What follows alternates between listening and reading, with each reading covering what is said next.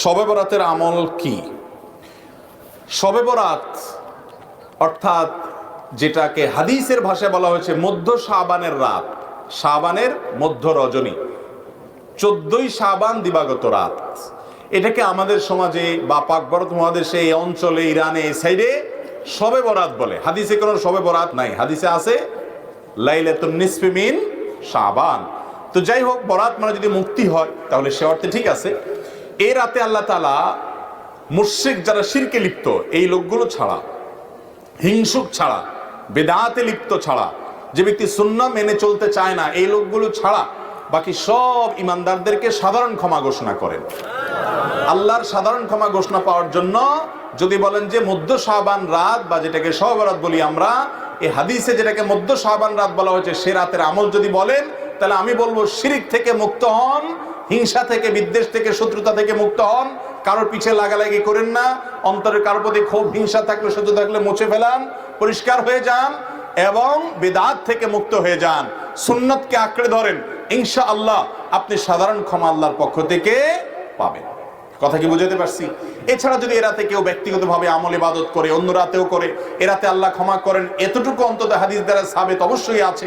সেই বিষয়টা লক্ষ্য করে, এরাতের ফজিলত একেবারে উড়িয়ে দেওয়ার মতো না, সে বিষয়টিকে লক্ষ্য করে যদি কেউ ব্যক্তিগতভাবে আমল ইবাদত করে, বিদআতি কোনো রূপ পরিগ্রহ না করে, তাহলে সে তার জন্য জায়েজ আছে। কিন্তু আমাদের দেশে যেটা হয়, শবে বরাত মানে হলো মসজিদে দলবদ্ধভাবে জিকির করতে হবে, দোয়া করতে হবে, দলবদ্ধভাবে অনেক কিছু করতে হবে, নফল বিশেষ করে সুন্নাত আমল এটা একা একা করার যেগুলো, সেগুলো একা একাই করতে হবে। যেগুলো দলবদ্ধভাবে করার কোনো নির্দেশ নাই, সেগুলোকে দলবদ্ধভাবে করলে সেটা ভুল হবে।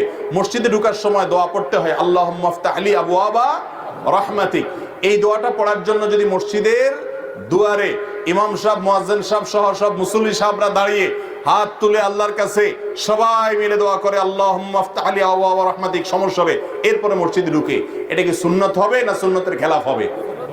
ঠিক একই ভাবে এই রাতে নবী করিম সাল্লাল্লাহু আলাইহি সাল্লাম, সাহাবায়ে কেরাম, সালাফ থেকে মসজিদে এসে দলবদ্ধভাবে কোনো দোয়া, ইবাদত, বন্দেগী ভাবে আমরা যেভাবে করি এরকম করার কোনো বর্ণনা পাওয়া। অতএব এটাকে আমরা যদি সিস্টেম বানিয়ে নেই, তাহলে সেটা কোনো শরিয়া স্বীকৃত কোনো পদ্ধতি হতে পারে না।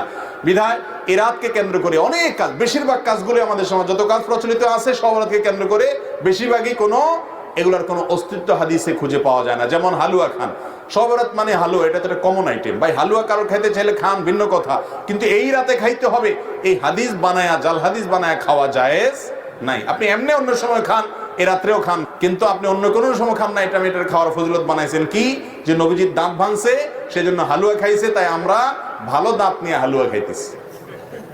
আপনার বাবার পাও ভাঙছে, ভদ্রলোক একটা লাঠি দিয়ে ভর করে খোড়ায় খোড়ায় হাঁটে, আপনার ভালো পাও নিয়ে আপনি যদি একটা লাঠি নিয়ে খোড়ায় খোড়ায় হাঁটেন, এটা কি তাকে ভেঙানো হবে না? এই ভেঙানোর কারণে এটা কি বাপের সম্মান দেয়া হবে নাকি তার সাথে তামাশা করা হবে?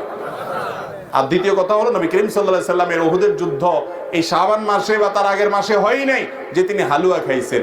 বিধায় এই সমস্ত জাল হাদিস আমরা আমল করব না। এই উপলক্ষে আপনার আতশবাজি করা সহ অনেক ভুলভাল কাজ আছে, সেগুলো আমরা করব না।